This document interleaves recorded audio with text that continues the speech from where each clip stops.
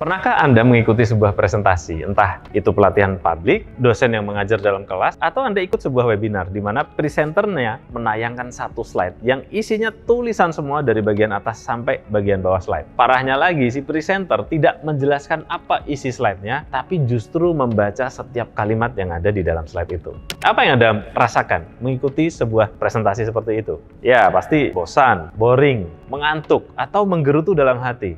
Kalau kayak gitu mah di email aja ke kami Pak presentasinya. Kami juga bisa baca sendiri kalau cuma baca slide. Itu respon spontan kita ketika kita mengikuti presentasi yang isi slide-nya penuh dengan tulisan. Situasinya persis seperti kita punya sebuah semangka utuh yang berbentuk bulat. Untuk bisa mengkonsumsinya dengan sopan, tentu kita tidak langsung menggigit semangka utuh itu, tapi kita membelahnya terlebih dahulu menjadi dua, kemudian memotongnya lagi menjadi beberapa potongan kecil-kecil. Dengan begitu kita bisa memakan semangka itu dengan sopan dan bermartabat. Nah, demikian juga dalam memberikan informasi kepada audiens. Kalau informasi dalam satu slide terlalu banyak isi dan terlalu dipenuhi dengan banyak informasi, maka bisa dipastikan audiens akan kesulitan dan tidak akan mampu mencerna, menerima, apalagi mengingat informasi yang kita presentasikan. Lalu bagaimana caranya? Persis seperti kita membelah semangka tadi ya, kemudian membaginya menjadi potongan kecil-kecil sehingga mudah dikonsumsi. Caranya adalah dengan membagi-bagi informasi itu menjadi slide-slide yang lebih sederhana dan lebih mudah dipahami.